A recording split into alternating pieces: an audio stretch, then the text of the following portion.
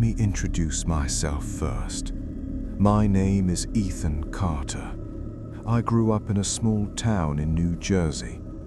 I've always been a rational person. I never believed in ghosts, black magic, any of that.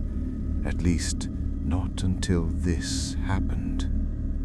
This story is from my own life, and even now, when I'm alone at night, thinking about it makes my whole body go cold. My cousin, her name was Emily Parker. We were very close growing up. We went to school together, spent time at every family gathering, but I never saw her that way. The problem started after we finished college. One day, Emily called me and said, "Ethan, I need to talk to you. It's important." I thought it was something normal, but when I met her, I could tell something was off just by looking into her eyes. She said calmly, "I've loved you for a long time." I stayed quiet for a moment. Then I said, "Emily, your family, I've never thought of you like that." At that moment, her expression changed. She tried to smile, but there was something dark in her eyes, like something inside her had broken. She just said, "Okay, you don't understand right now." After that, Emily started changing. She stopped coming to family gatherings. She wouldn't answer calls. If anyone asked, she'd say she was busy. I thought time would fix everything, but the real problem started about 2 months later. I was dating a girl named Jessica Miller. She was great. Everything was going fine until strange things began. At first, small things. Jessica would say, "When I'm around you, I feel weird, like someone is watching." I laughed it off. It's just stress. But one night, she suddenly went quiet. I asked, "What happened?" She slowly looked at me and said, "Don't you hear that?" I didn't hear anything. She whispered, "It sounds like someone is whispering." After that night, Jessica started pulling away. A few days later, she told me directly, "I can't be around you anymore. Something is wrong." I was shocked, but I didn't force her to stay. Then things started happening to me. At night, it felt like someone was walking inside my room. Sometimes I saw shadows near the door, but when I looked, nothing was there. The worst part were the dreams. I kept seeing the same thing. A dark room, a table in the middle, and on it a picture of me. Around the photo, something drawn in red, like symbols made with blood. And in the corner of the room, Emily, standing there, staring at me, smiling. I was slowly breaking down. One day, my mum called and asked, "Have you talked to Emily recently?" I said no. Why? She hesitated, then said, "She's acting strange. She doesn't let anyone into her room, and there's a weird smell coming from it at night." My heart dropped. I decided to go see Emily. When I knocked, she opened the door. She didn't look surprised, almost like she knew I'd come. Dark circles under her eyes, pale face, but a slight smile on her lips. She said, "Finally, you came." I asked directly, "Emily, what's going on with you?" She tilted her head slowly. "Do you really want to know?" She took me to her room. The moment I stepped in, I knew something was very wrong. A heavy, rotten smell filled the air, like something decaying. Strange symbols were drawn on the walls in red, and on the table, a picture of me, the same one I had been seeing in my dreams. My body went cold. I said, "Emily, what are you doing?" She slowly walked toward me, tears in her eyes, but there was something unhinged in her expression. "I just wanted to keep you with me." I stepped back. "You don't understand, Ethan. If you're not mine, you won't be anyone else's." My head was spinning. I realized this wasn't normal. Somehow I managed to leave that house. After that, everything got worse. No matter where I went, I felt like something was following me. Any girl I talked to, they would feel uneasy, scared, and eventually leave. One of them even said, "There's something dark attached to you." Finally, I went to someone I knew. His name was David Ross. People said he understood strange things. He listened to everything, then went silent. After a while, he said, "Someone has performed a binding ritual on you." I almost laughed, but the seriousness in his eyes stopped me. He continued, "Whoever did this wants to keep you tied to them, so you can never belong to anyone else." My throat went dry. David gave me instructions, things to do, things to avoid. The most important one, cut all contact with Emily. I did exactly that. Slowly, very slowly, things started to get better. The dreams stopped. The whispers at night disappeared. A few months later, I heard Emily had left town. No one knows where she went. Now, after all this time, I live a normal life. I got married. Everything seems fine. But there's one thing that still haunts me.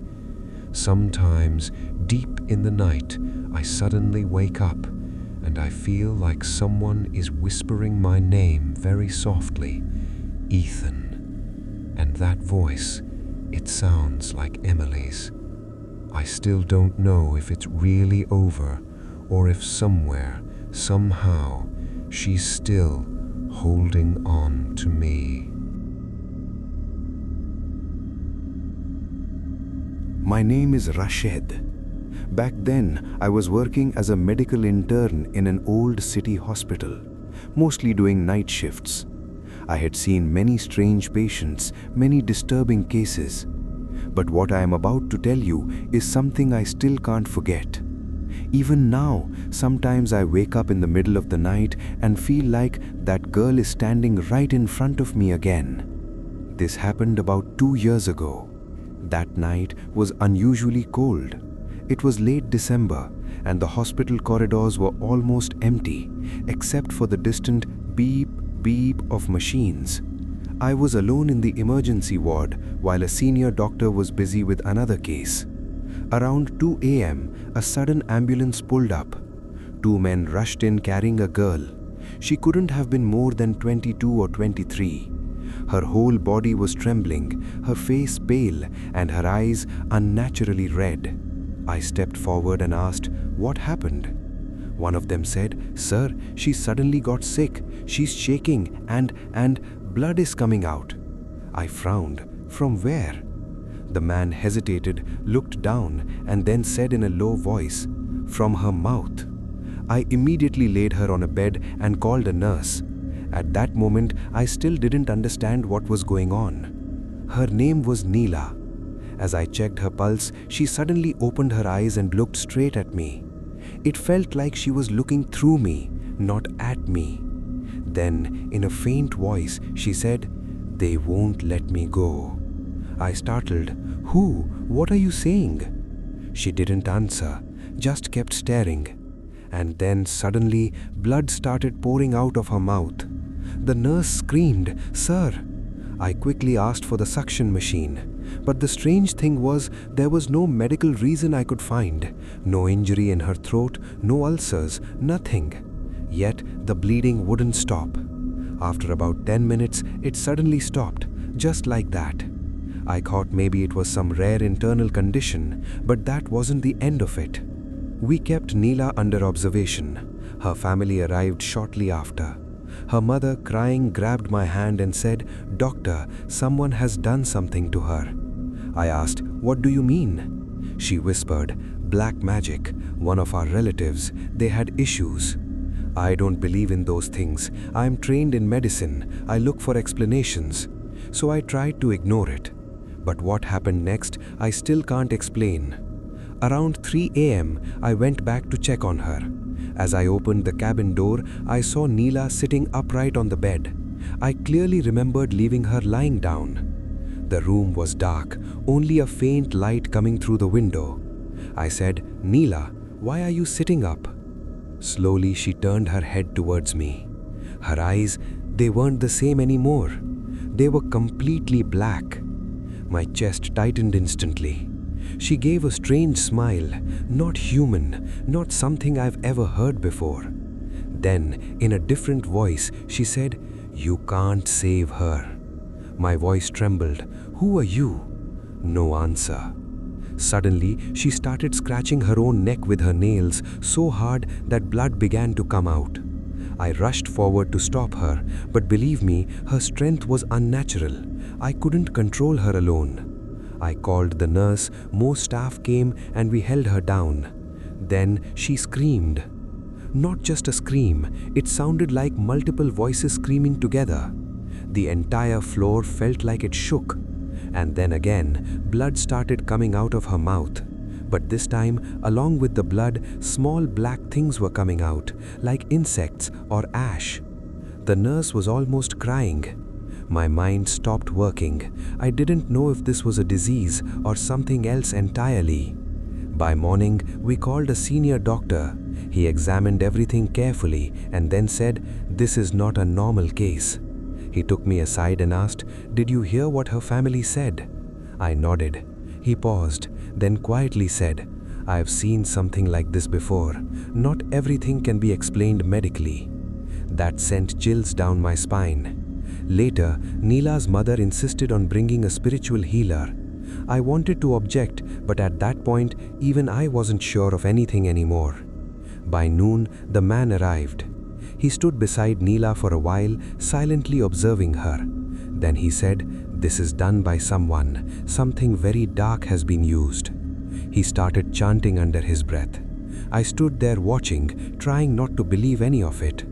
Suddenly, Neela's body started shaking again. Her eyes opened, this time completely white. She screamed, "I won't leave her." The healer began chanting louder.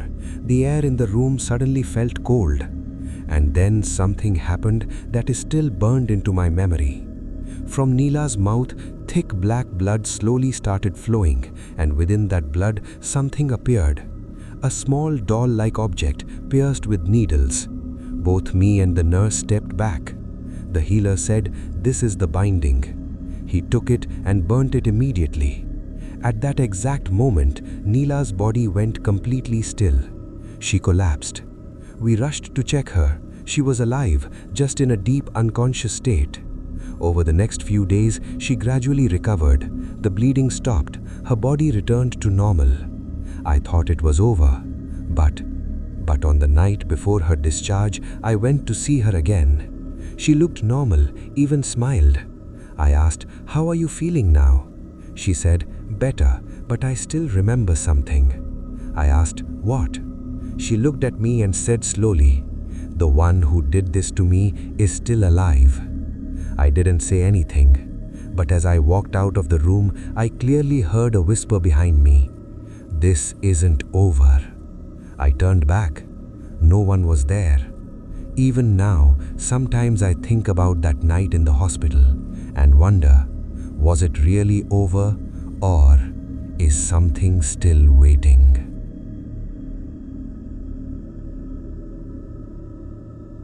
I'm Jacob Miller. I'm 32 now, but something that happened about 10 years ago still keeps me awake at night. I never used to believe in things like black magic or curses. It all sounded ridiculous to me. But what I saw with my own eyes that night, there's still no logical explanation for it. It started when I began visiting a friend's house more often.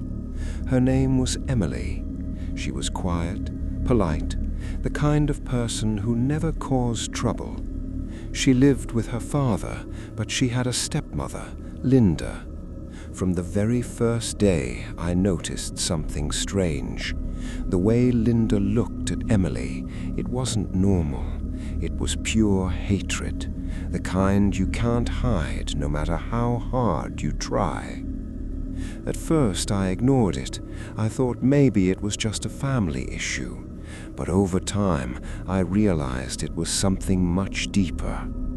Linda had a daughter of her own, Sarah. She was about Emily's age, but the difference in how Linda treated them was disturbing.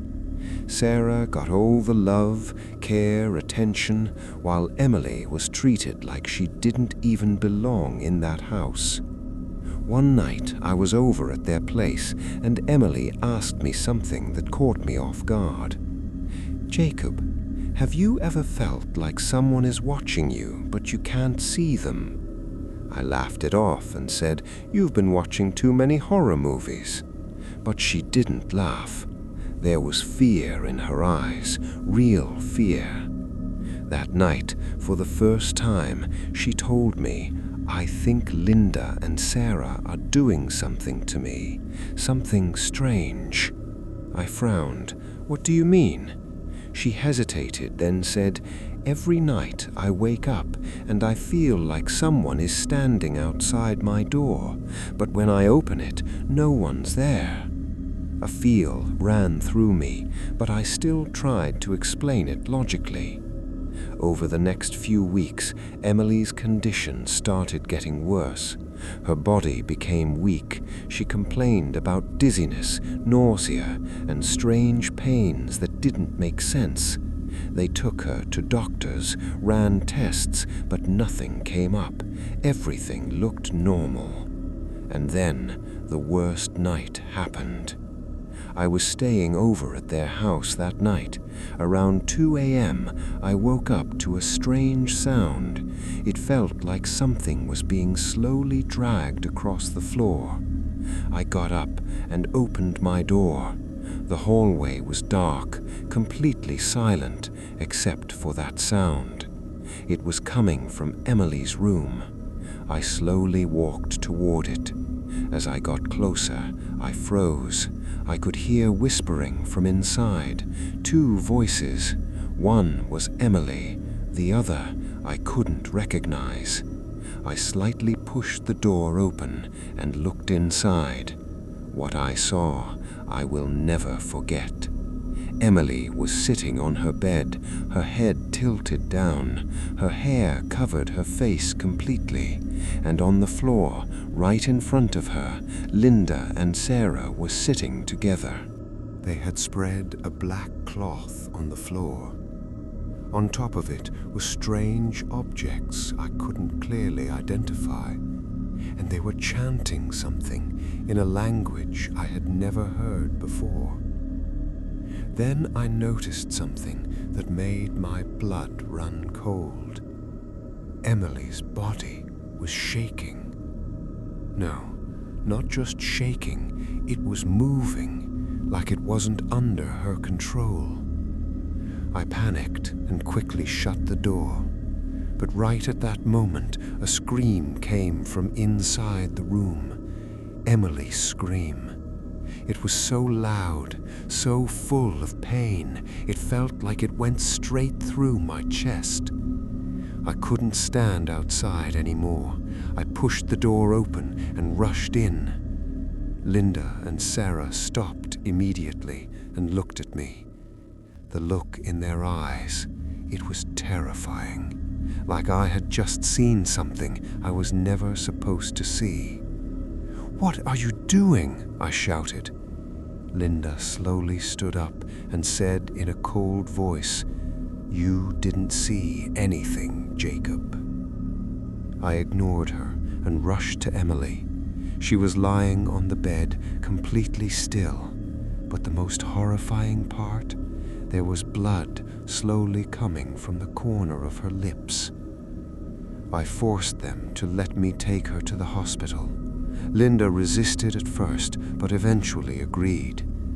At the hospital, the doctors examined her and said something strange. There were no injuries, but her blood pressure and heartbeat were dangerously unstable. The next day, when Emily regained consciousness, she told me something I can't forget. "They want to finish me, so I either leave this house or die." At that point, I had no doubts left. I decided I had to get her out of that house. A few days later, I took her to stay at a friend's place. Linda was furious, but she couldn't stop us. Strangely, after leaving that house, Emily started getting better. Slowly, she returned to normal. But the story doesn't end there. About a month later, I got a phone call late at night. Unknown number. I answered. A girl's voice whispered, "Jacob, do you really think you saved her?" My body went cold. That voice, it was Sarah. Before I could say anything, the call disconnected. The next day, I heard something shocking. Linda had suddenly fallen seriously ill and was hospitalized. And Sarah, she was missing. No one knows where she went. Emily lives a mostly normal life now, but sometimes she still says that at night she feels like someone is watching her. And me? Sometimes when I wake up in the middle of the night, I still see that scene in my mind. The dark room, the black cloth, the chanting, and the worst part is, I still don't know what I actually saw that night. And Sarah, did she really disappear? Or is she still out there somewhere, waiting to start it all over again?